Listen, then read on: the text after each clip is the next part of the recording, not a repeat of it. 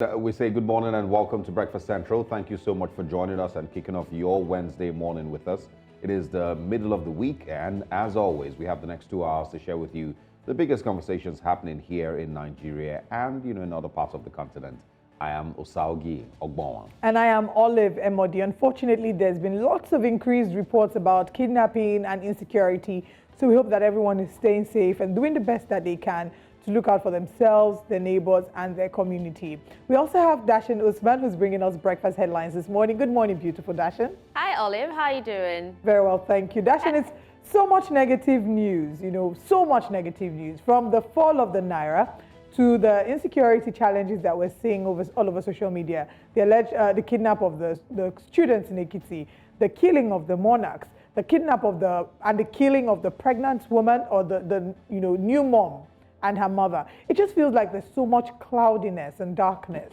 Is there really anything to smile about this time? Olive, honestly, can you tell from my body language that I'm actually kind of tired of talking about insecurity, because all we do is we talk and talk and talk and nothing seems to, okay, something seems to be done about it, but not completely. What we want is a complete flushing out of these kidnappings and insecurity. You did list some of these incidents, and talking about the students that were kidnapped in Ekiti, it seems like a repeat of the Chibok girls, incident, and it shouldn't even have been allowed to happen.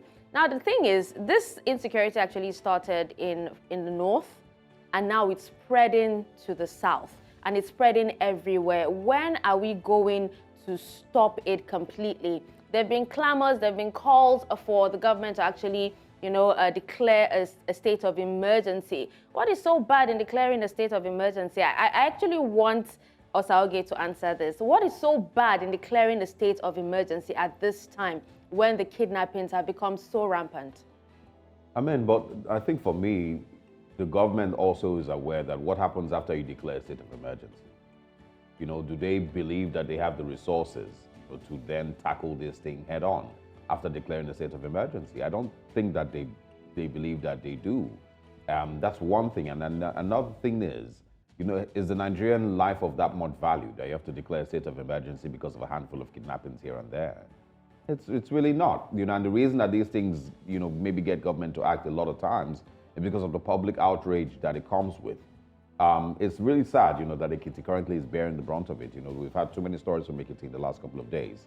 And it seems to be happening back to back. People would, of course, express fear about what happens when it goes to other places in the southwest, when it moves to the southeast, when it moves to the south-south. And those are genuine concerns. But a state of emergency, what happens after you declare it? What next? Is it Amotekun you're going to ask, to go handle it? Are we going to have, the DSS? Are we going to? There are too many, security or government security agencies, that should be able to tackle it. And if we're being honest, there's enough of them to tackle this thing head on. But it doesn't seem like it's, it's a big enough problem. Yeah, I agree with Osaoge completely in a number of ways. I think the most important area I agree with him in is, okay, they declared a state of emergency, what next? Like, what exactly are they going to do? Can they guarantee that insecurity will become a thing of the past, that Nigerians can walk around freely without the fear? Right now, it's no longer a thing of they would be waiting for you on the express. You can be in the comfort of your home, and then somebody would appear in your home, and you don't know. Literally, when people talk about going to bed and waking up and talking about it being a miracle, that's literally what it is right now. A miracle of sleeping and waking up in your own home. Yeah. That is the reality of what it is to be a Nigerian living in Nigeria. People are really, really scared. People are actually scared of, as little as actually going out. Like, you go to the FCT and you're even scared of, being attacked or being a victim of one chance, not to talk of, even being a victim of a kidnapping. People are really, really scared. How do you even govern, a state or a country where, there's too much insecurity going on? Like, it's really, really sad. Luckily, we're talking about it, as journalists and people, from the outside. I'm sure everyone here has family in different parts of Nigeria. I don't know the level of trauma that I am willing to deal with, and I hope that I never get to experience it. But it is probably one of the most traumatizing things to deal with, to have a family member kidnapped. and then have to start sourcing funds to pay ransom. I pray I'd never have to deal with it. I don't have 100 million naira anywhere. But 100 million for is every too single fast, person who has had to deal with that the government failed them in these moments, it's really, really heartbreaking. And I'm sorry, but let me just quickly paint a picture, Osaoge. Now, I actually lived in Kaduna for a bit, but it was as bad as, when the whole kidnapping started, corn sellers were being kidnapped and asked to pay 10 million naira as ransom. From where? Yeah, that's true. That's how bad it was. Where were they supposed to get the money from? Yeah, I also noticed you're, dressed in your Amotekun outfit this morning, so it's bad news for kidnappers. That's what it is. What a way to lighten things up. Let's quickly share with our viewers what our top stories are this morning, just before breakfast headlines. Concerns over pupils kidnapped in Ekiti State. That's an unfortunate end result of insecurity in Nigeria. And still talking insecurity, Atiku urges Tinubu to step down if he can't handle the affairs of the country. And new minimum wage, federal government inaugurates committee. This was set up yesterday. They'll be advising on what the new minimum wage should be. And big question, is Nigeria becoming a failed state? Many questions around that aspect. And the group calls for state of emergency. We did talk about this lightly this morning. All these and more on Breakfast Central. Now let's bring you breakfast headlines. Hello and welcome to Breakfast Headlines on News Central TV. I'm Darshan Usman.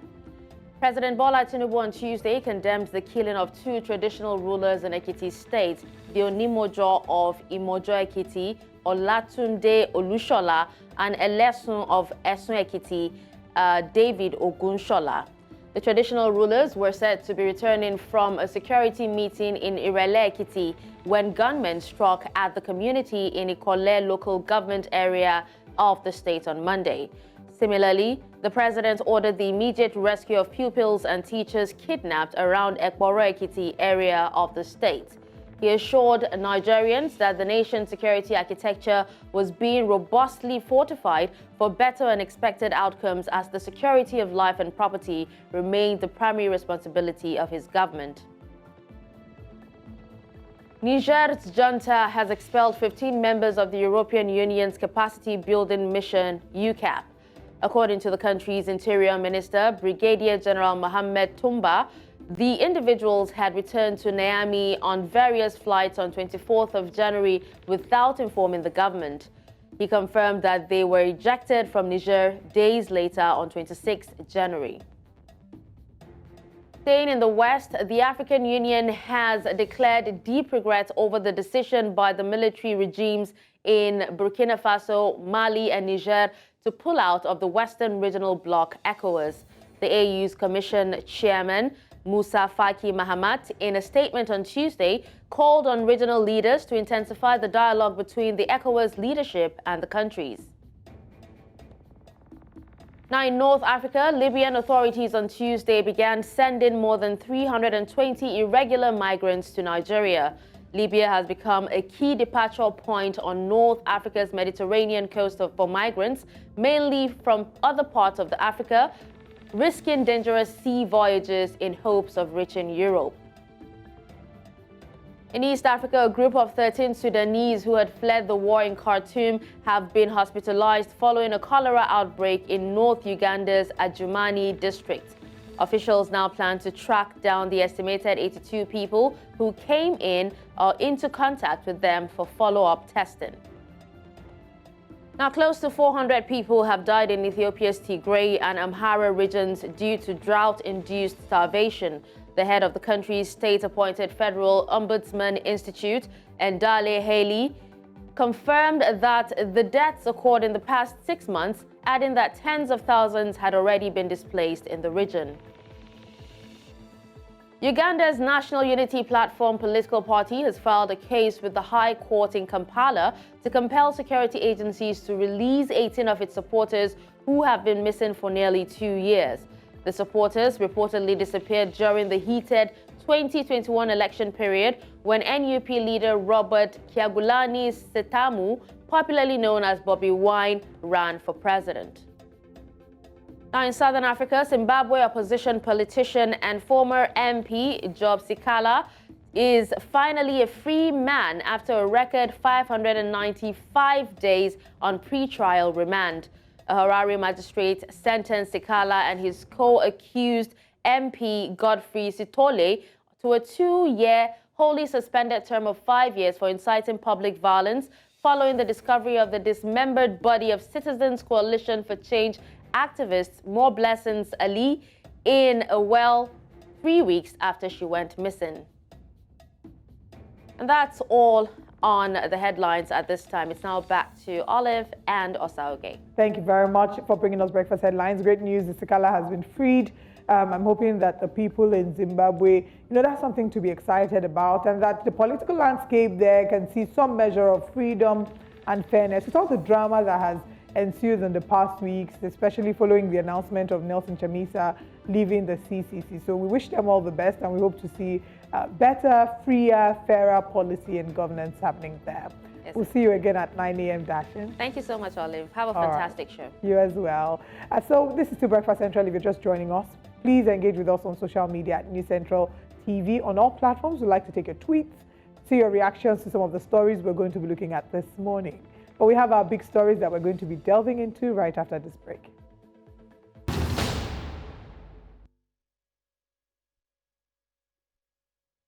Welcome to Which Way Nigeria. Now, will it be alarming to say our nation is gone and what we currently have is simply fellow Nigerians realizing that and using politics as a pathway to feast off its carcass? Will it be insane to say that most of those currently in positions of power are simply there to take as much of the dying body of what used to be a great nation? No. Now, it might sound a bit scary and maybe really pessimistic, but in reality, it isn't far from truth. Look across the country.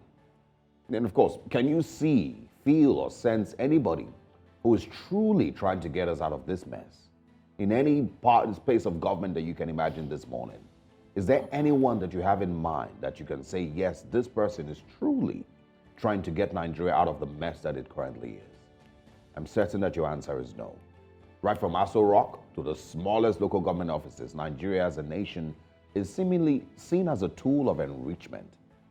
When campaign slogans simply say Emilokan, it's my turn, that's a very clear sign that personal fulfillment is all that matters at this point. And a lot of people use the same campaign slogan, even if they didn't voice it, but they took it in searching for their political aspirations.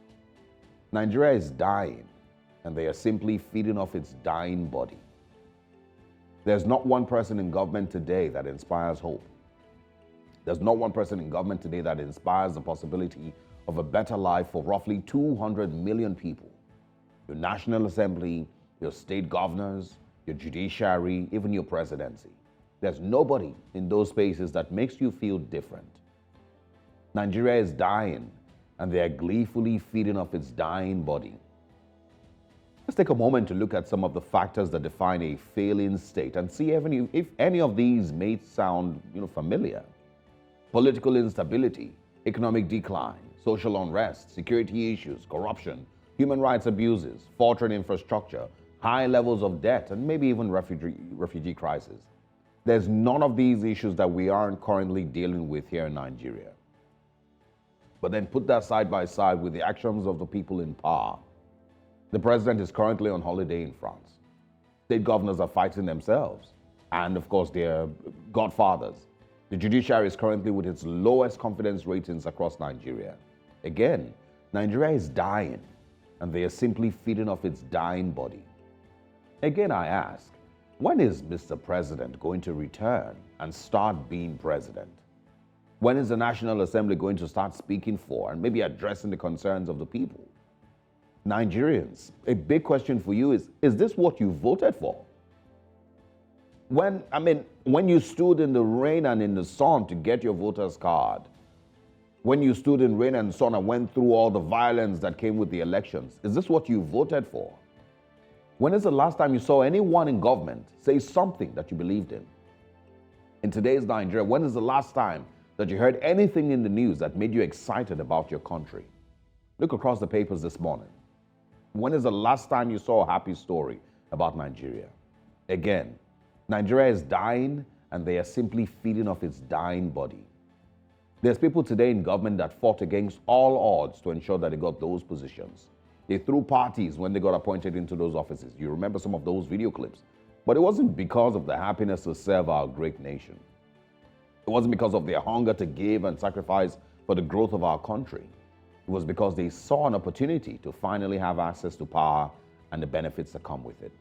Again, Nigeria is dying, and they are simply feeding off its dying body.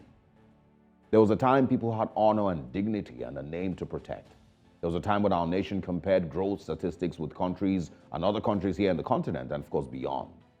There was a time when analysts placed us among countries to watch out for in the coming years.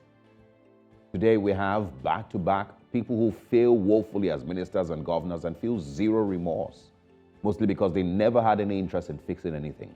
Political appointments are simply, their turn to enjoy the benefits of access to the national cake. Nigeria is dying, and we plead this morning, we beg, that those who currently have those positions, so please remember that the nation may have been set back 20 years economically by the previous government.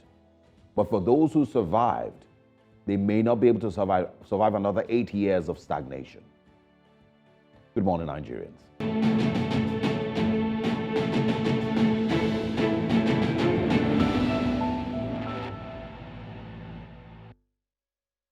Let's begin our top story this morning with news about the situation bedeviling the country, that is, of course, insecurity.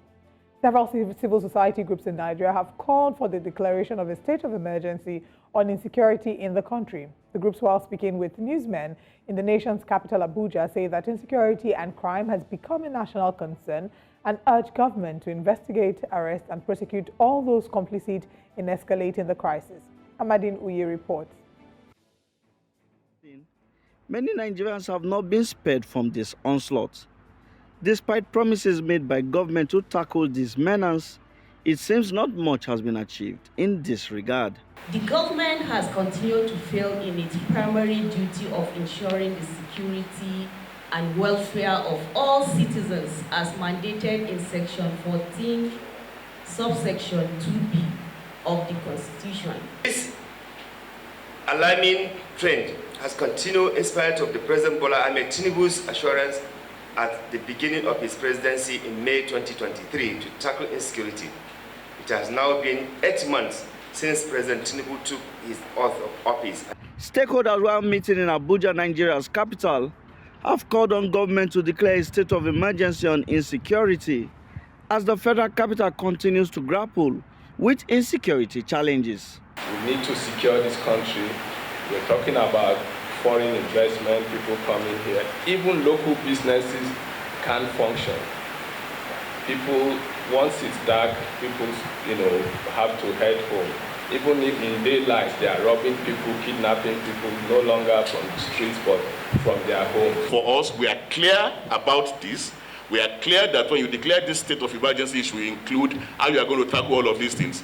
There are equipment that are there, that have been bought actually, but have not been used. And they are not, nobody intended to use them. The state is in a state of abandonment. The Nigerian people have to wake up. It's not a civil society thing anymore. We have to wake up and hold these guys responsible and accountable. They are also calling for thorough reforms by government, saying many agencies of government continue to frustrate efforts aimed at tackling insecurity challenges. Government needs to have a holistic approach, but the president needs to, as a matter of urgency, to address the nation and say, this and this are the things we want to do. And in the next 1 month, 2 months, 3 months, we expect the situation to change, and then we hold them on to. The conspiracy of the security agents and the financial institutions, we need to dismantle it. The money goes to the banks. The criminals go and collect it. And then you go there and say, can we find the person, the owner of this account? They will tell you it will take 30 days. You keep going there. So the collusion is clear. So it's a Nigerian crisis. The groups are also calling on President Bola Tinubu to ensure that those sponsoring acts of insecurity are investigated, arrested, and prosecuted. In Abuja for News Central, I am Amadin Uyi. Oh, well. Thanks to Amadin Uyi for that report. And, it continues to expand on the conversations concerning insecurity. Civil society groups, of course, stepping in to share their thoughts also. Now, a former Vice President Atiku Abubakar has expressed his concerns over the escalating insecurity that has claimed lives across the country under President Bola Tinubu's leadership. The 2023 presidential candidate under the PDP has urged the current president to step down if he fails to effectively address the pressing security challenges. Atiku accused President Tinubu of neglect, the severity of the security crisis, emphasizing the nation's struggle with increasing threats, while the leader seems to act indifferent. He further called for a decisive action to protect the lives and well-being of citizens and said the shoes are too big for Emilokan. He should step aside. Nigeria does not need another tourist in chief. To further discuss this nagging case of insecurity, we're joined by political and public affairs analyst Ezekiel Nyaitok. Good morning, Mr. Nyaitok. Thank you very much for joining us. It's really sad times for us here in Nigeria. Insecurity has become the order of the day. People no longer are able to go around with confidence. People are afraid that anything can happen. They can meet you in the streets and they can actually come to your house, because that seems to be a norm these days. Would you say that the presidential candidate of the People's Democratic Party, Atiku Abubakar, is right to ask the president to step aside if he obviously cannot handle the issues of insecurity in the country? Okay, I'll look. Thanks for having me. My condolences to all the families that have not just had people kidnapped, but some killed, like the one you talked about earlier. But coming to the issue in question, when I got this invitation, to be on this program this morning, I actually did a lot of soul searching. I went through the statement of Obong Atiku and a lot of other things happening. And I came up with asking myself very, very important questions. Number one, if I was a statesman, what would be my disposition to that statement? Number two, if I was an APC member, what would be my disposition to that statement? And number three, if I was just a Nigerian, what would be my disposition? Number one is that if I was an honest APC member, I will accept that any president that cannot guarantee security should resign, should step down. I mean, there's nothing sentimental, there's nothing partisan about it, okay? And if I was an ordinary Nigerian, I would share that sentiment as well. And of course, if I was an opposition,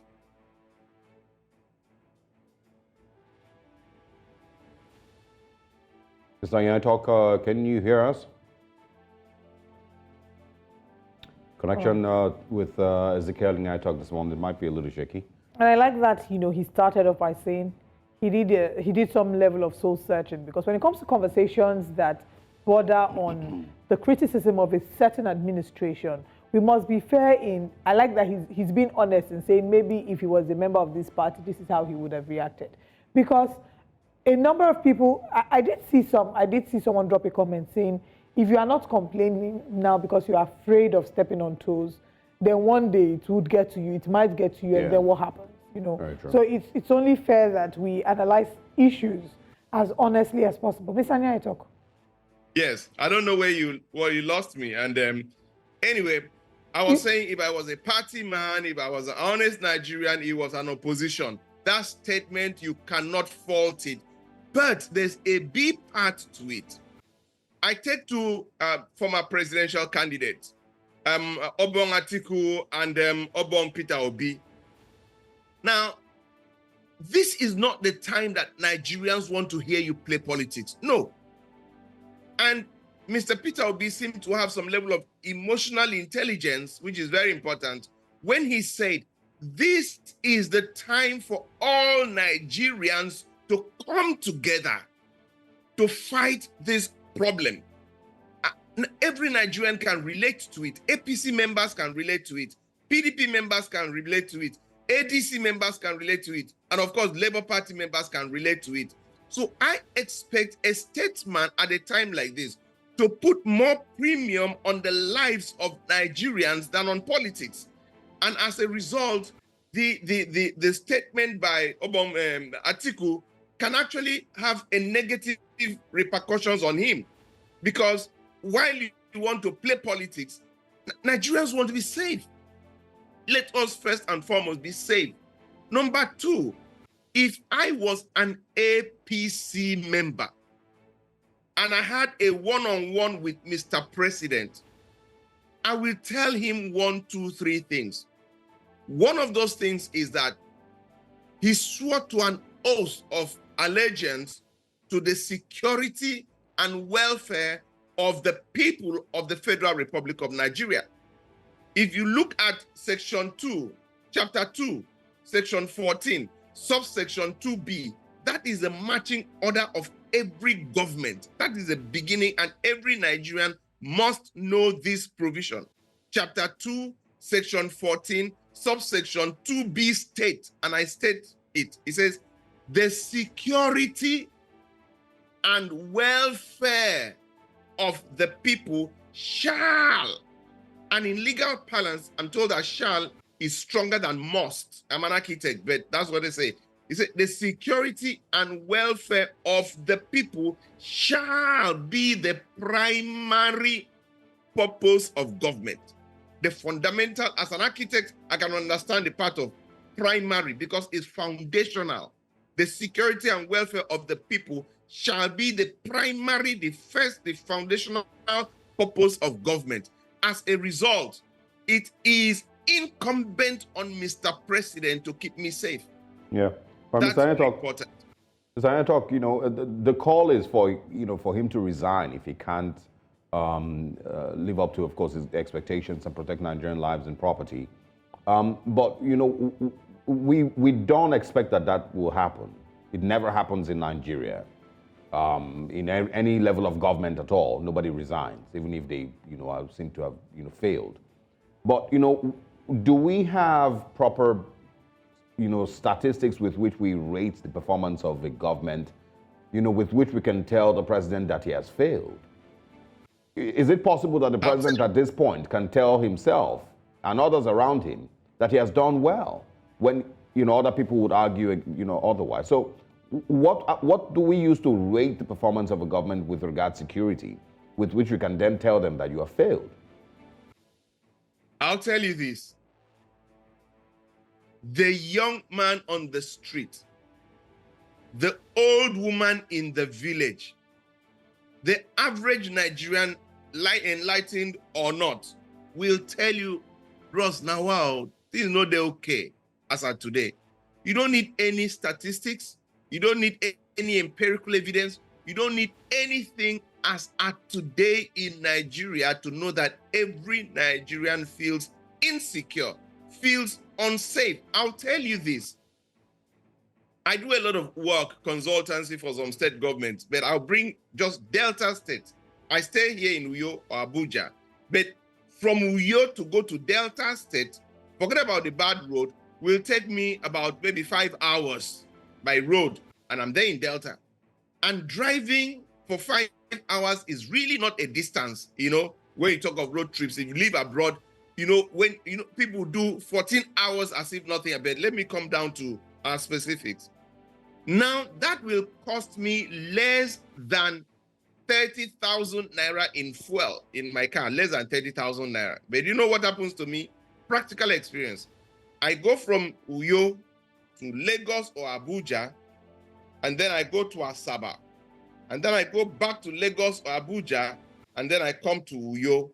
I mean, a return trip cost me close to 1 million naira, a minimum of 750,000. How does that play out? Because of what? One thing, not even roads, roads are bad. Insecurity. So insecurity is a major problem that affects everything. And I'll tell you this, if I was an APC member, I would tell Mr. President in private that, sir, I honestly do not understand how you can go to woo investors to come when the foundational principles of investment is not put in place as an APC member. Because I don't want to sound partisan, not to talk of as an, somebody that you want to hear my opinion, and people expect me to be very, very unbiased and very, very, objective.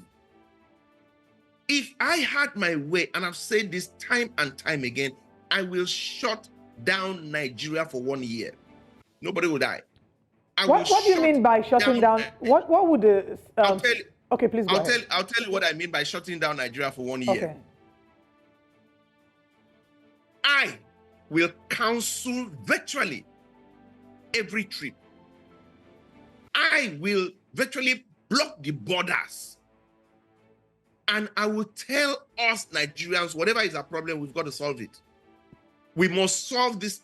Whatever we are going to pay, the price we are going to in the next 1 year, because my other 3 years have to be productive. Without, I'm ready to lose 25% to gain 75%, than for me to have 20% in 75 in 4 years, which comes down to nothing. I'd rather have 75% in 4 years. So I'm going to shut down this country. I will relocate the office of the president for 1 month to Southeast and say, this lockdown has to stop. What's the problem? Within 2 weeks, you would have solved the problem that has been in the Southeast for God knows how long. Within 2 weeks, I tell you this, relocating the office of the president to Southeast. This week, I'm in Abia. The other one, I'm in Enugu. The other one, I'm in Owerri. And within 2 weeks, the shutdown on Monday will stop. I'm telling you this. I want Nigerians to challenge you. In response to what you've just said, do you think that these people who are, sponsoring these unfortunate situations, do you think that they're actually scared of the president? Is it just the presence of the president or the presence of the presidents in the state? Is that enough to kill insecurity? Or shouldn't there be some systems and structures that should be put in place? Because if I recall, at the last, in the last administration, there were reports of, senior government officials being stoned, their convoys being attacked. So I don't know how well the president's office being relocated to the Southeast, how much impact that will make. I'll tell you this. In governance, perception is stronger than reality. In governance, perception is stronger than reality. Do you know what it means for a president to make a national broadcast that enough is enough? I have decided that this will not continue, on account of which I'm taking the following measures. I'm going to decisively address the issue of the Southeast. First and foremost, that's the lowest hanging fruit for me. From there, the next 2 months, I'm going to relocate to the north, and I'm going to the northeast, because this nonsense has to stop. I'm going to put in place some executive, orders that is going to be very hard to the end, that our security challenges must be addressed. I call on all Nigerians. I'm going to set up, I can tell you 1, 2, 3, 4 things here, because you see, all these analyses and blah, blah, blah, they are not useless. They are useless unless you come up with practical solutions that a reasonable Nigerian, look, I talk as an informed Nigerian. I talk as somebody who wanted to be the governor of a state. I talk as somebody who does not rant. Over the years, in every network, they will tell you that every time I appear on television, I have some of the highest audiences, because Nigerians have come to know that I don't jive talk. I don't just talk for talking's sake. I do my research, and I do things that people years down the line. Yeah. Mr. Ian talk, connection seems to be breaking once again. But the conversation really is about having a proper analysis about how this government is faring with regard to security, and if yes, the president being asked to resign by Atiku Abubakar is a legitimate request. Nobody expects that will happen. Like I said before, it never happens. Not even permanent secretaries, not local government chairmen. Nobody resigns in fact in Africa. they hold on to power for as long as possible. And the simple theory is because, none of these persons got into public office because of the will to serve. A lot of them got in public office because of the benefits that come from public, office. Ezekiel and I talk, let's bring you in on that one. It's not expected, like I said, that the president would resign, but well, I think we must be struggling with the connection there. Can you hear us, sir? Yeah, sorry, it's enemies of progress. Oh, okay. Apologies. All right, but once again, the ear of the president, he's currently in France. I don't know if he's getting, information concerning Nigerian security where he is. The National Security Advisor traveled with him to France, which of course, is pretty shocking. I'm not sure why exactly that is, but they're both in France on holiday. Vision. But I want, what you will be telling Mr. President if you had his ear this morning. Would you be asking him to resign because, of course, it's obvious that they are not capable of handling and protecting Nigerian lives? Or would you be giving him security tips? Two things. The first is, I like the provision. If you are not capable, resign. I'll tell him, if you are not. But I don't think that situation is, because I've looked at some of the things that Mr. President has done. But I want to tell him the second thing, that number one, Mr. President, put your foot down for posterity and legacy. The IGP had said that executive protection has to stop. Mr. President, take 6 months. Within 6 months, you can, profile some offices, some companies that can provide private security. You will make money from them in licensing them. You will create a lot of employment because these people are going to now employ Nigerians. You make more money from the police training them because they work with the police that is going to train them. It's just like in GSM, we were dying until networks were expanded and all of a sudden government made so much money and Nigerians had access to communication. Licensed private companies at different levels who can bear different types of arms based on the trainings they have. So then we go and get Israeli training, so then we get Nigerian training. Do you understand me? The Nigerian police will have a special unit where they will train these special people. These people will now offer VIP treatments or protections, thereby withdrawing all the Nigerian police. So what do you gain? Number one, the Nigerian police will now come back to their full force. Number two, the Nigerian police will now be licensing people and they will make money from licensing. They will be training those people. They make money from training. They will have it. Yeah, Mr. Apologies, but these are seemingly long-term, plans. No, they are not. They are not. What would you say we can do today? There's currently people in captivity. The president is currently in France. Nigerians are worried. Ekiti State seems to be the new hotbed of kidnapping. What would you say that Mr. President must do today and maybe in the next 2 weeks fix this problem? I'll tell you this. The first thing you can do today is a national broadcast. That national broadcast must have content. Today, the best thing you can do today is to have a national broadcast. That national broadcast must have content. One of the content is, as at today, in the next 6 months, we are going to withdraw every single private, police on private, because the police is going to set up this. Do you understand me? That statement alone becomes a scare factor. Wow, what's happening? Number two, I am going to tackle this issue of insecurity head on from 1, 2, 3 principles. So a national broadcast that has 1, 2, 3, 4 ingredients. And there's something, my brother in the media, we must learn. And that is that if we had given 6 months a year ago, today we would have been 6 months into the new era. But because we failed the concept of time perspective, we have this military mentality of everything must be done here and now, here and now. They are saying this, I'm an architect. Within 21 days, you cannot remove the prop in my site, no matter who you are. If you can't wait, get out.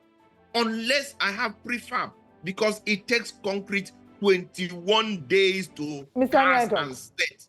Mr. Nyaito, Nigerians at this point, and I completely agree with you that maybe there's some form of relief and comfort that a national broadcast will bring. Because right now, the number of Nigerians that would say that the president hasn't really shown that he's been very empathetic of the plight of Nigerians, especially because right after the attacks that had happened, fresh attacks had just happened in Plateau, and the morning of the attacks, the president was out to France for a private visit.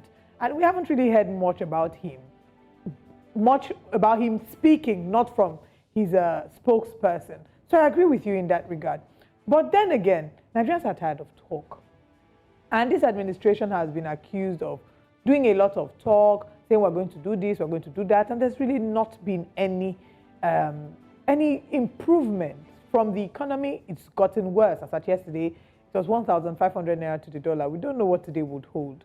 So, do you genuinely believe that President Bola Tinubu has what it takes to fix Nigeria's insecurity challenge? You know, you must talk from a certain level of experiential knowledge. If not so, you just get hypothetical. About a week ago, I got, about maybe 2 weeks ago, I got a letter invitation to come. I'm into housing, and I've done this all my life. And that's all I know. I've never done contracts or these supplies or appointments. No, I just housing. And I've carried housing as if my life depends on it. And about 5 years ago, I stopped getting involved in anything housing. I just sat down because I was sick and tired of talk. And then they sent me this letter. And I went there, and the first thing I told them, I said, guys, I'm over 60 now. November when I turned 60. And I've retired from all these things. If you have come here for another talk shop, please just delete my name. Let me go home and enjoy my retirement. But if the president is serious about building houses for Nigerians, then my wealth of knowledge will be very helpful. But this is my condition. Without this condition, show me a game plan that you want to build houses and not another talk shop. You haven't quite answered my question. The relevance is this. Listen, okay. The relevance is this. He has demonstrated that he is going to build houses and make provision for it. If that is a will that is shown in housing subsector, I want to believe that there's something he is doing which is different in the security bet. I want to agree with you. The people that work with the president have to tell him that Nigerians are not happy. All this traveling, Nigerians are not happy. They are not happy. They are not happy. But I'm not sure they are telling him. And he himself needs to know that. He needs to address this issue of insecurity decisively. Okay, and I agree with you, Mr. Nyaito. But my question is a yes or a no question. Do you think that President Bola Tinubu has what it takes to deal with the insecurity challenges that Nigeria is currently facing? Honestly, sincerely, I believe he does. All he needs is people like you and I to leave politics aside and focus like what you are doing now is great. And bring in people who are not going to be talking politics. Like I've tried very hard to avoid politics talking this morning and to look at the practical things that can be done. If every guest comes in, you know, we make this mistake of thinking that government, they know what to do. A lot of them, they don't know what to do. They listen to these programs and they get ideas. You'll be shocked the memo that comes after these ideas. Let Nigerians come and just keep flooding ideas because they give a positive impact. Yeah. Unfortunately, you know, I don't know if that is going to be the way it works. You know, if you fought hard and tirelessly for the position of president, you will not be guided by Nigerians' ideas. I'm sure that you had ideas before you got into office. I'm sure that you have a team around you. You have been. Wait. Let me address you particularly directly today. Yeah. You were here in this country, and you saw a man called Obasanjo. What were the ideas he brought? You were here in this country. You saw our brother Oga Yaradua. What were the ideas he brought? You were here. You saw President Jonathan. What were the ideas he brought? You were here. You have seen Ahmed Tinubu. Why do we want to be hypothetical? Give these people ideas. Help them. No, but Mr. Nyaito. Let me end this. Let me end on this. Yeah. You know, and I know that you've listened to governorship candidates. If you are driven by money, by ambition, and not by service instinct. So let Nigerians think outside the box, not assume they have, give them ideas. And I've met governors that have said, guy, that makes sense. Thank you. Yeah. And besides, they may have idea in one area, like I will be a specialist in housing. But somebody needs to bring idea in medicine, another person in security. So let us rally to save Nigeria. Let it become our project so that we can help the system to get better in our large collective interest. All right, Mr. Atiku, we're going to have you hold on. We'll take a short break. When we come back, we'll be, of course, having a bit more of these conversations with you. Stay with us. Thank you for joining us. If you're just tuning in, we're looking at the state of insecurity in the nation. We're joined by Ezekiel Nyaetok, and we've been extracting some of the security challenges that the nation has, especially regarding Alhaji Atiku Abubakar asking that President Bola Tinubu step aside if he's unable to solve the insecurity challenges. Now let's move the conversation to Ekiti State because it's the latest on the attacks.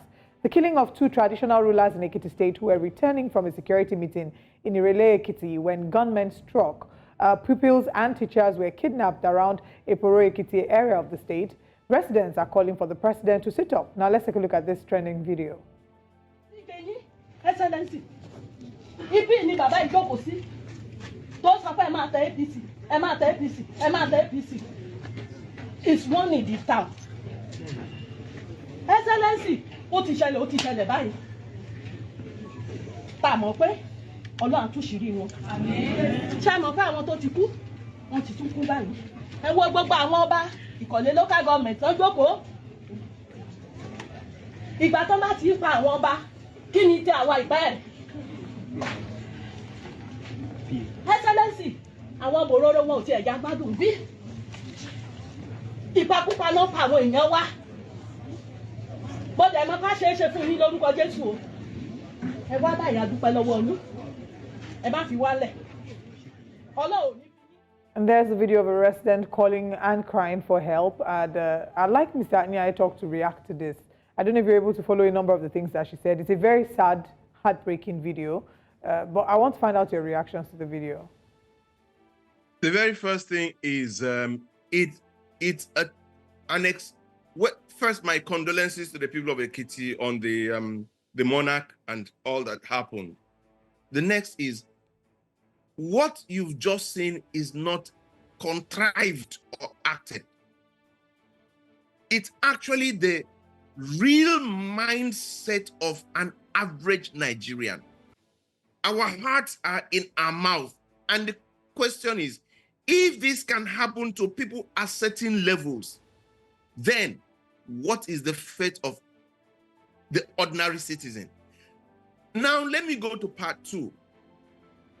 In situations like this, we can either do analysis, exacerbate the fear, and at the end of the day, speak loud and say nothing.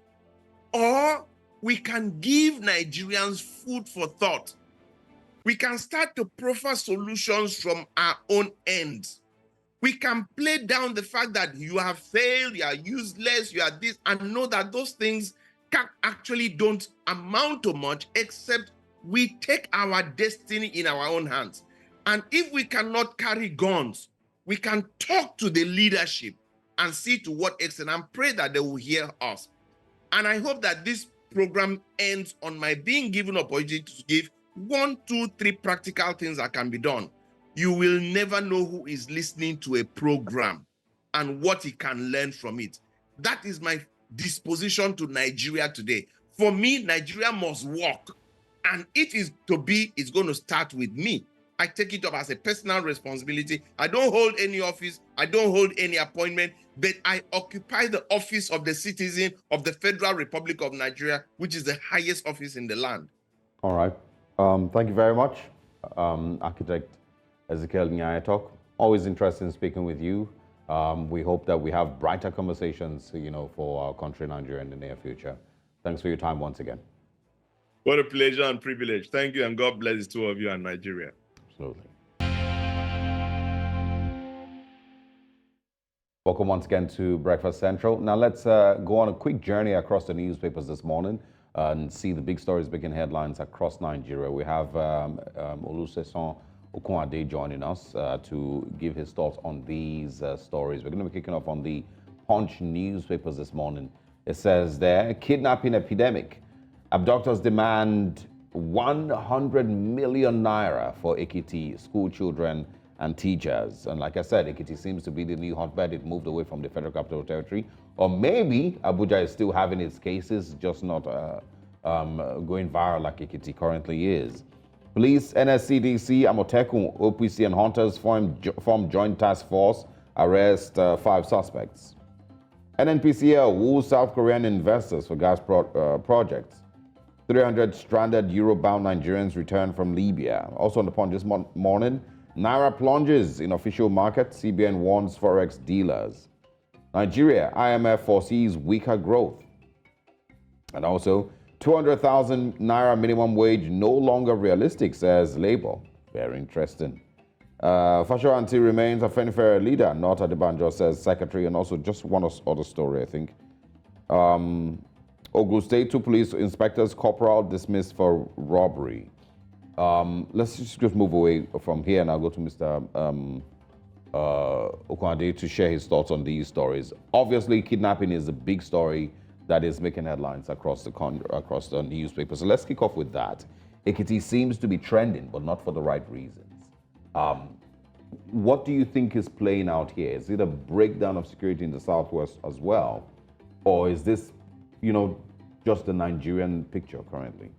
Oh, thank you very much. Good morning once again, and to all our viewers across the globe.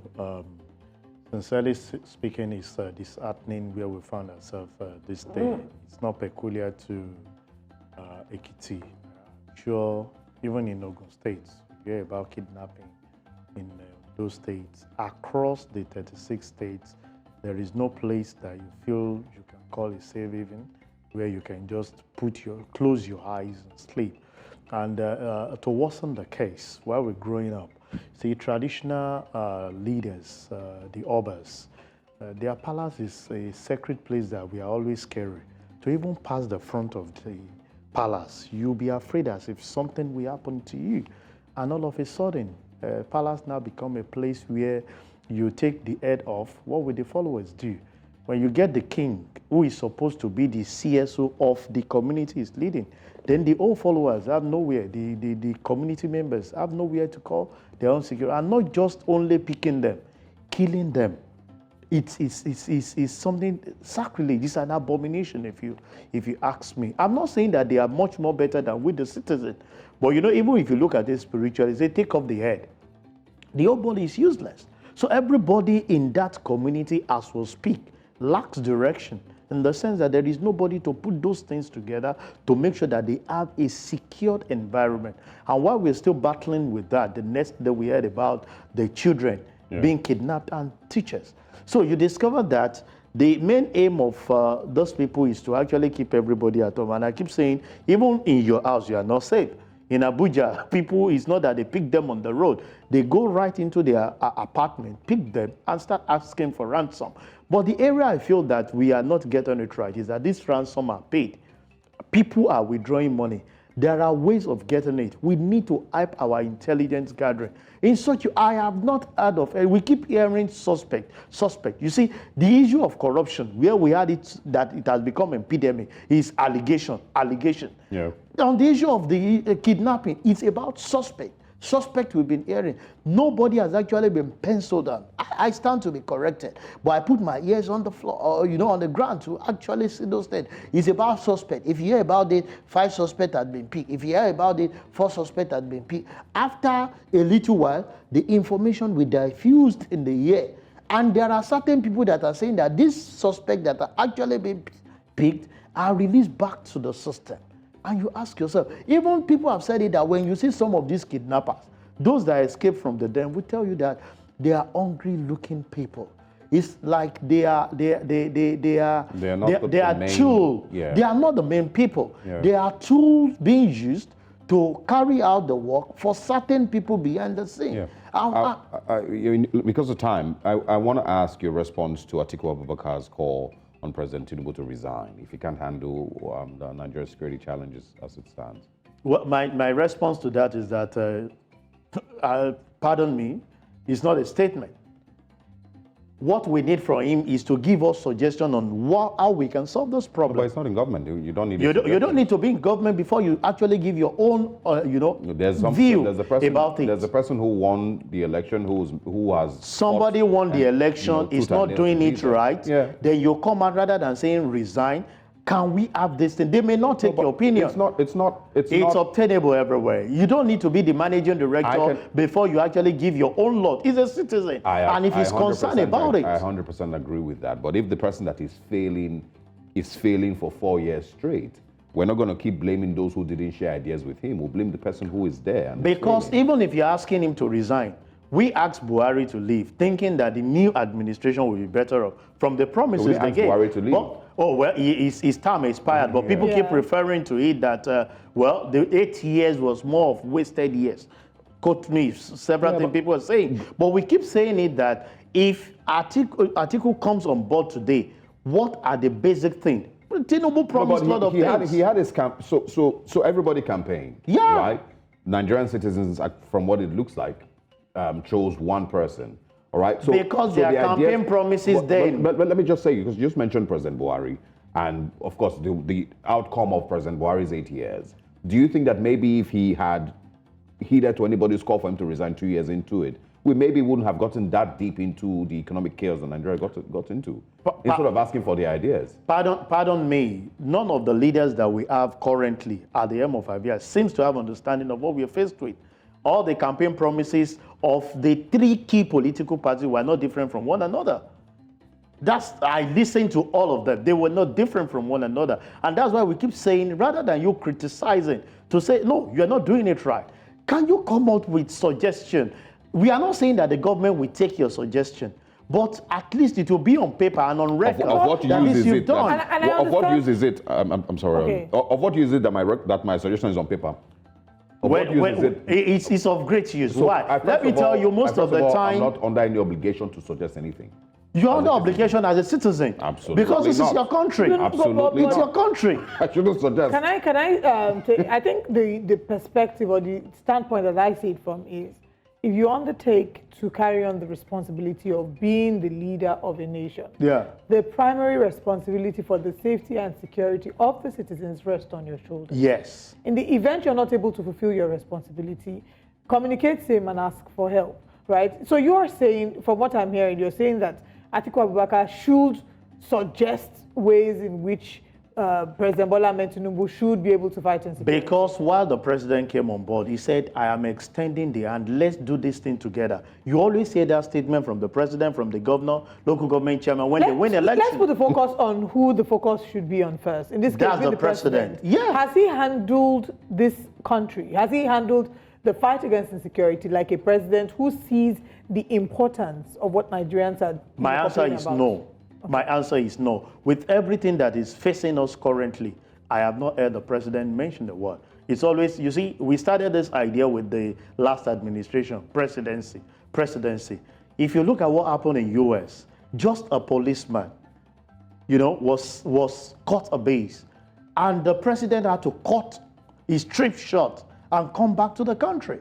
We are faced and bedeviled with some of these things. And the last I heard is our president is on a private visit to France. What do you think that private visit is about? Well, it's about him. I'm not his personal aide, and I won't want to. But you see, one thing I know is that the choice of word by the presidency on that particular thing is wrong, because the president are no longer, he has no private life. It's our property. I just wanted to mention. And we want to have a full-blown knowledge of whatever he's doing, because I don't want a situation where I'll be caught, in a surprise mode of something I cannot even say about my just to quickly mention that, it's not to say that the president cannot go on a private visit to France. He feels like he needs some time off, but not at the heel of a nation that is in crisis. He cannot go on private visit. And why do I say that? If you are going on vacation, mention it that you are going on vacation. You're going on business trip, say you are going on business trip. You want to go and rest, mention it. It is not, you see, there are certain positions you occupied. Right. It's no longer about you. It's about the people that you're actually leading. I just wanted to quickly mention that he's on this private visit with his National Security Advisor, while the country is dealing with its current massive security challenges. And so it sounds very, very awkward to be asking Atiku Abubakar, who did win the election, to be suggesting to people who are on a private visit in France.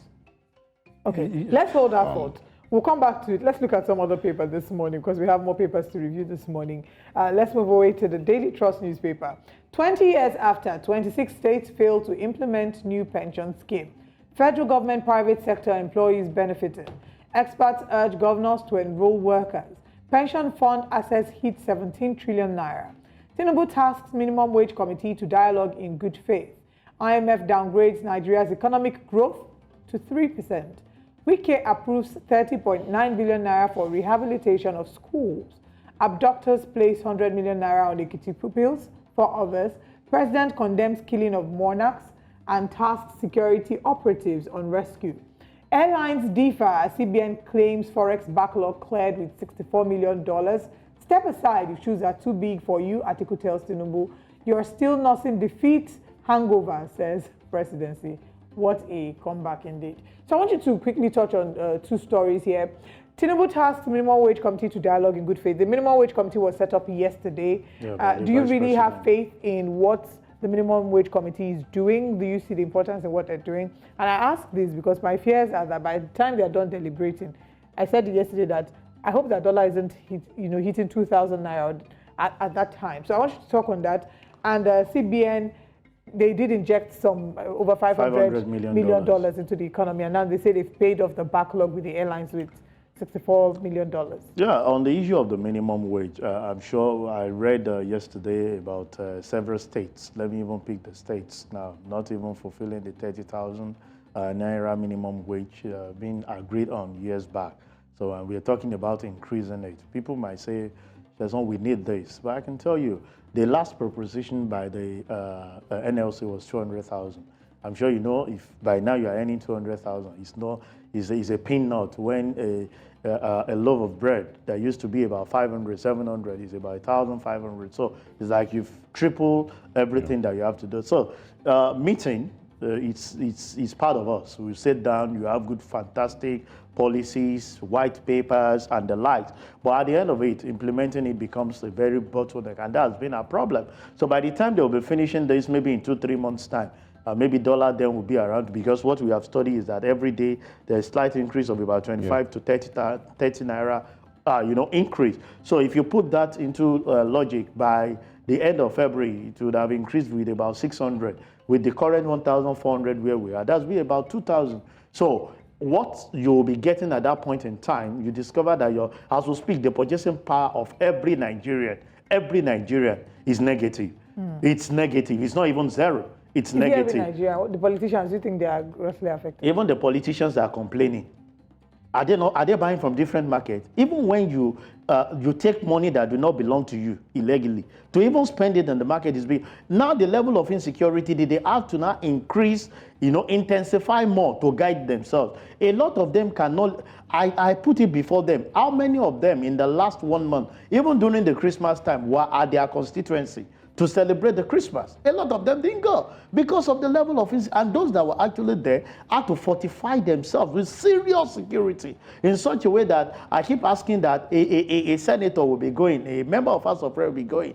You will see about 3 pickups loaded with, security people, and even harassing us on the road and asking you to leave the road. So you discover that a lot of issues are out there, and this insecurity needs to be tamed. You see, if this area is secured, everybody can go about their normal activity. And when those activities keep crystallizing, you go to the farm, you're able to move at night, move certain things from one place to the other, the businesses will start growing. But as we speak, if you tell your wife that you want to leave Lagos to Anambra by road, she will tell you, why are you going on suicide mission? Yeah. And even if you have to go and do business, to fly now is not something that you can afford. We used to fly from Lagos to Abuja those years, 30, 40. These days, your return trip is over 200,000. How can you afford that? How do you inject that into your business operation that you will not actually kill off those people that are saying? And on the second aspect that has to do with the CBN saying they pay the backlog of airline stuff, my question is, what are we doing in such a way that an average Nigerian can breathe? As we speak, the policy seems not to be working. You are injecting more foreign exchange, to me, for the people that need it to make it work. We don't need. Can we start domesticating things? Can we start doing things within the country that we don't need to import some of the things we are importing? People have started importing bread. I was at one mall and I saw imported bread. Yeah, I say imported bread, I think that has imported pepper, imported everything. I don't know about pepper, but I know, bread has always been, I think there's always been one or two imported like bread. Yeah. So you ask yourself, but imported gari that you go to Ijebu, you are proud to say this is gari Ijebu, this is gari Igbo, this is yellow gari. Those things are now being imported, and it's cheaper to import them than producing it locally. And we are talking about injecting foreign exchange. So you are encouraging, importation of some of these things. And the last one that we all thought is a big hope, the refinery. Just yesterday we heard that it will start importing crude oil. So every of the resources we have, we give it out to people, process and get back to us. I think the CBN should be intentional about seeing how to make things. The fiscal policy should be enhanced in such a way that every businesses can start growing. People are now struggling. The business owner are the people I'm actually feeling for. Business operation cost has been on the high side. At a time, they will be fed up, and what they will do is to send people out of job. All right. And what will you expect them to do? Criminality. Yeah. Let's quickly, just before we move to the next paper, This Nigeria, I want to quickly mention you that we have phone lines that are open if you would like to be a part of the conversation. Outside social media, you could, first of all, tweet at News Central TV or join us. +234 705 572 7272. You can quickly just join us and let us know your thoughts on these stories or these conversations that we're having on the show this morning. Or simply tweet at News Central TV. The numbers, of course, are going to keep flashing on your screen, so you could always have it. Let's move to This Nigeria newspapers this morning and see what we can find over there. It says 30,000 small arms, light weapons, and ammunition recovered in 23 years. We do have a call coming in this morning. Good morning. Thank you very much for calling. What's your name and where are you calling from? Good morning. My name is Dike. I am calling you from Tuesday. All right, please go ahead. Yes, please. Please go ahead. I want to tell you people for what you people are doing, but I have a very big concern. What is our president doing in France? Did you elect him to go to France? Why is it that we Nigerians, we cannot wake up? You went to France with your NSA. You are supposed to be in Abuja. People are dying every day. I am sorry to tell you people, we don't have a president, though. Nigeria, we don't have a president. You cannot be in France running the affairs of Nigeria. Because when they now start killing, I think it is only when they start killing and maybe the killing starts getting into Rock Villa. That is when they will start waking up. Maybe they have not killed a senator. Maybe they have not killed a House of Reps member. Maybe when that war happens, everybody will sit up. Let the president come back and do the job. He said we should elect him, that he can do it. Why is he running away from the job? Why is he running away from the job? People should hold the president accountable. He should come back and fix Nigeria. People are dying. Thank you very much for sharing your thoughts. And I think we agree that, the thoughts that he shared represents the feelings of a large majority of Nigerians. Yeah. People are upset, people are angry. The first time I talked about it, I painted a picture of a family where I said, imagine that a family is attacked. The father was outside when the family was attacked, heard about the attack, and decided to travel from there. That's why we're saying that we need a president. He's the one to give direction. And if you're out there with NSA and what we are battling with currently has to do with security, are you out there to go and strategize about how to do the security issue that cannot be done locally? Right. So that's the worrisome part of it. He needs to come back and A lot is expected from him as a first week president of February the is country. around the corner. They said he'll be back first week of February. February begins tomorrow. I really expect that just we should tells- cut short that thing. We should not even wait till 1st of February. Now, we used to say it's in the north, as if we are turning our eyes. It's not in your domain. The southwest. He shouldn't have even gone in the first place. But because we are not also sure why he's in France, so it's difficult for us to know exactly if it is possible to cut it short. If he's And there that's why we for- say for an individual, you don't need to keep that private life. Yeah. If we know, we can now say, okay, our president is here Doing for this this. reason. All right. Okay, can we just excuse him and allow the vice And maybe president? that's why there's that vagueness with the time frame when he's returning. All right, so what we have happens? another Yeah. call. I think we could quickly just take this one. We have a few more to take. Good morning. Can you hear us? Hello. Good morning. Can you hear us? Good morning. Please, what's your name? Where are you calling from? We're struggling with your network connection. Please, if you can call again, we'd like to take your call before we wrap up this segment. It doesn't seem that the call is able to go through clearly. Let's quickly take the stories on the front page of this Nigerian newspaper. Just a few others. I did start already. It says 30,000 small arms, light weapons, and ammunition recovered in 23 years. Wiki approves rehabilitation of 40 FCT schools in 100 days. Nigeria moves up in corruption index. This lack and Transparency International. PDP clears 10 aspirants for Edo governorship primaries. Killers of Ekiti monarchs won't escape justice, says President Tinubu. All right. Tinubu inaugurates 37-member tripartite committee on national minimum wage. Nigerians are passing through pains. NLC, TUC, and want federal government to act. All right. Hello, good morning. Can you hear us? Good morning. Morning. What's your name? Where are you calling from? I'm Sani over there, coming from Niger, Mina. You're calling from me now. All right, please go ahead. Thank you. Honestly, I'm glad. The country right now is in a very state of turmoil. Insecurity is increasing. People are not finding it easy to live. Living is so hard. My plea is that let the government reconsider its campaign promises. Let the government sit and analyze, assess themselves. Is the country at peace? Is the country at rest? Children no longer enjoy their parents. Parents no longer enjoy the living conditions. People are hiding. People are not coming out. Business lacking. The youth are going crazy. The country needs sincerity of purpose. Thank you very much for calling and sharing your thoughts with us. And yet again, still buttresses what we've been saying. There's so much that needs to be changed. The country does need a lot of help at this time.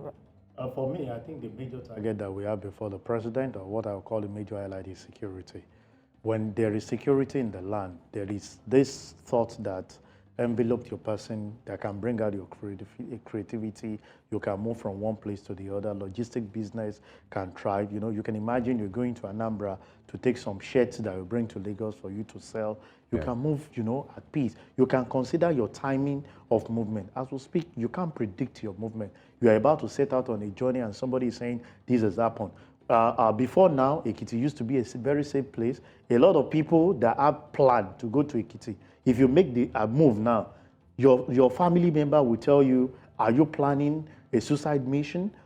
In a state that we are hearing of kidnapping of monarchs, hearing of kidnapping of children, how safe are you? Yeah. And that is even being translated. So it's injustice for all. And we want a situation that the government should consider this issue of security. Once we have a secured environment, prosperity is just will flow at ease. And the economic growth that we are all struggling about will just be there. All right. We have a Shadrach from Port Harcourt, or from River State, I believe. Good morning, Shadrach.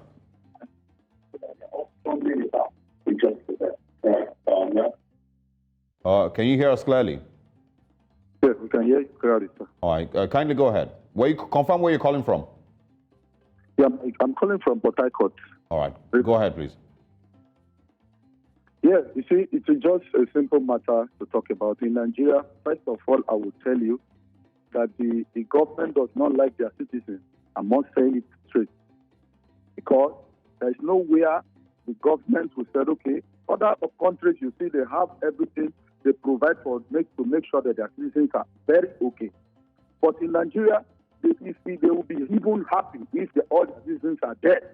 Because there's nowhere people will be seeing people kidnapping people, and even when you apprehend those guys and you take them to the prison, sometimes you take them, keep them in the police cell, and at the end of the day, you release them people. And the most painful thing that causes my pain even is that they will arrest someone they will get someone that kidnaps somebody, and they will close the face in the television for we not to know the person. What does that mean? If someone is a killer or is a kidnapper, when you keep it, you want to show him in the television, let us see his face so that we can know that this person is this kind of person. In case you don't kill him and you just leave him, I will now be aware of where the community where the young person is coming from. Notice that this is our brother that went to do this. All right, Shadrach, we'll have to wrap up here. Thank you very much for your time and for also being a part of the program, for sharing with us also. We've gotten calls from Minna and River State, and of course from here in Lagos, and it's pretty much the same voice that they're speaking with. Everyone is disappointed with the current government in Nigeria, and I don't know that there's a lot of people who feel different. But Mr. Okwande, thank you very much for stopping by. Yeah, maybe on a final note, I just want to appeal to the government to look at the area of community policing. Some of these largesse that these kidnappers are actually taking, they are spending it within community. So you can see someone who before now, you know his lifestyle, and suddenly he start lavishing money out there. We should start asking questions. And the security agency should up their game in such a way that people can have confidence in reporting individuals to them. We read about police officers, being suspended for robbery. When you have to protect people, you are the one robbing them. How do you manage that? How did we get to that area? So people are even scared when you see things that are going wrong. You say, say something. You are about to say it, but you are afraid that your life is at risk. They should work on that. A secured environment is a prosperous environment. Absolutely.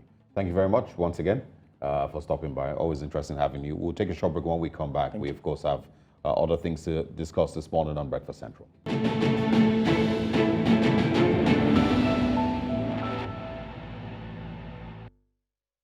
Welcome once again. The federal government has inaugurated a 37-member tripartite committee on national minimum wage.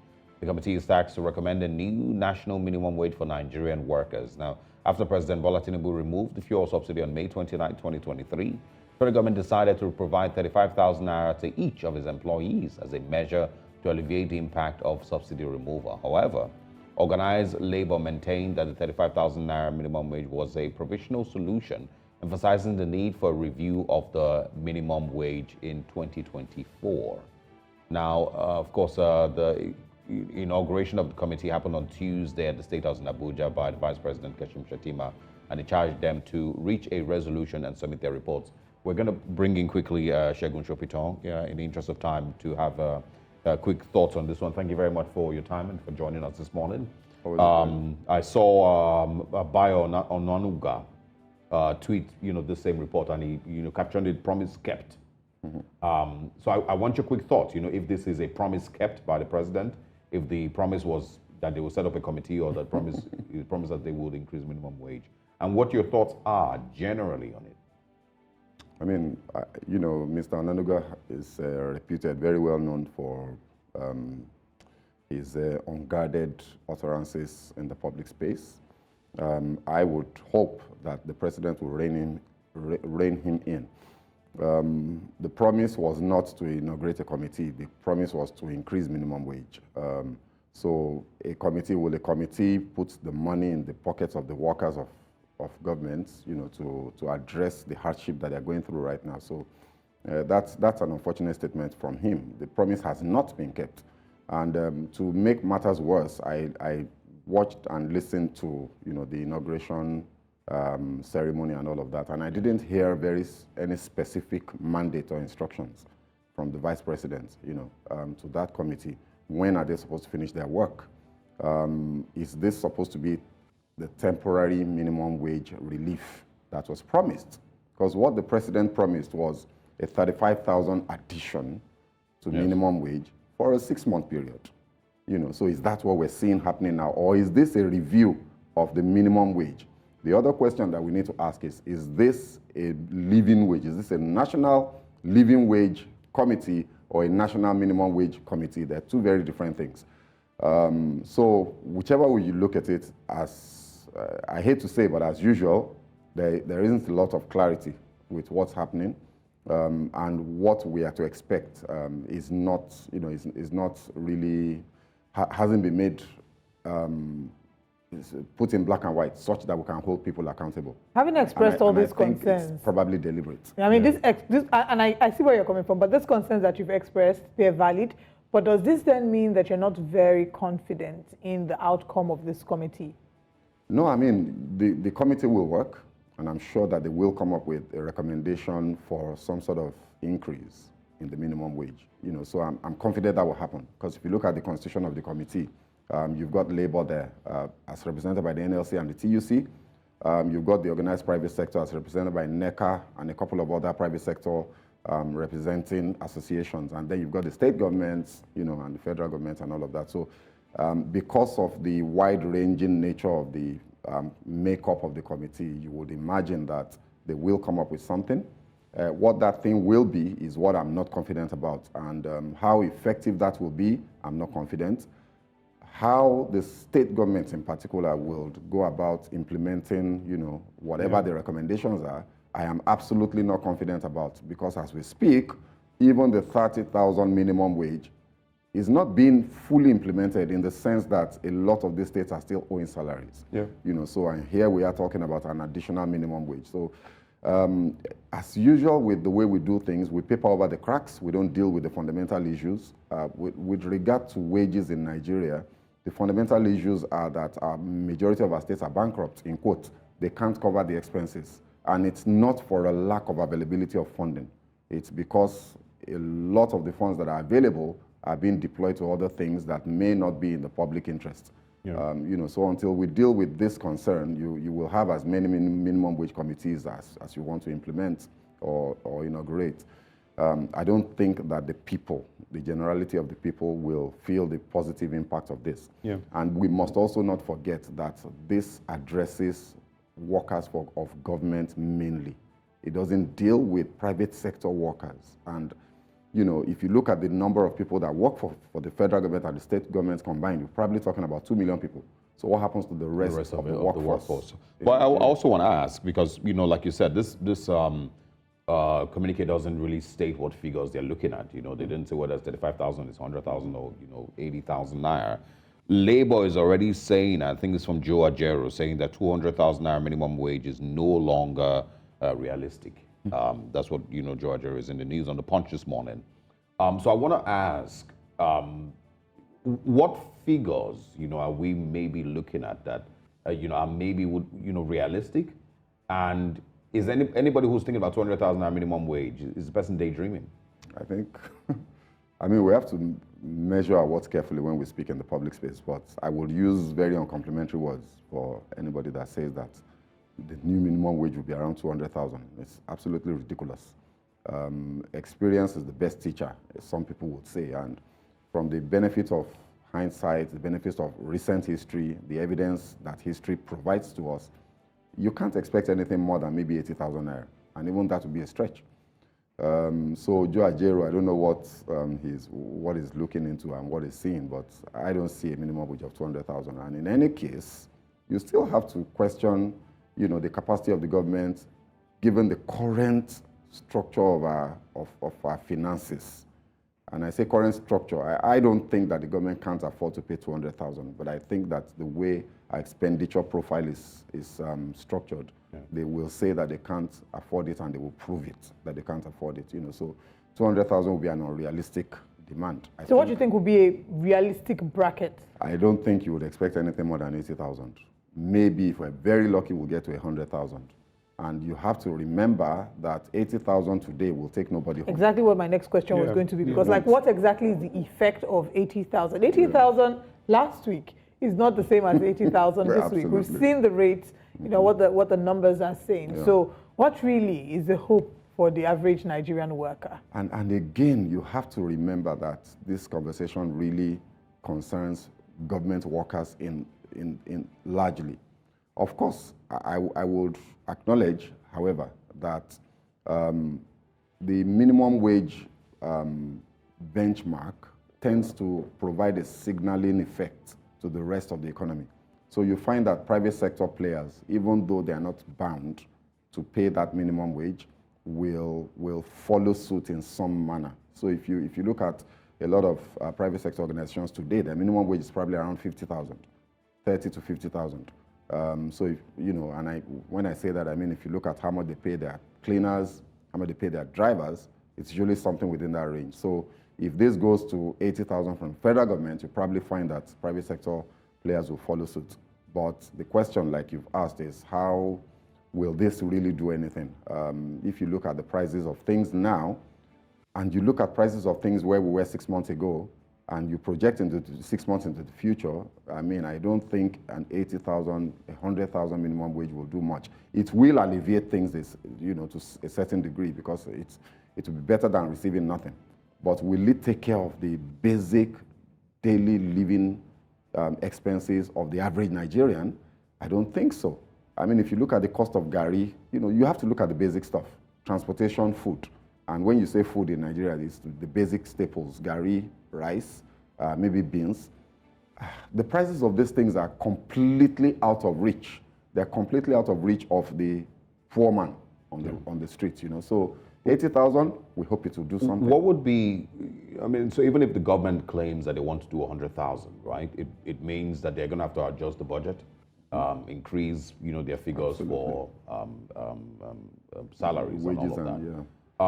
But for the private sector, like you've mentioned, which of course outnumbers government workforce, what would be necessary if they need to afford 100,000 naira minimum wage for workers?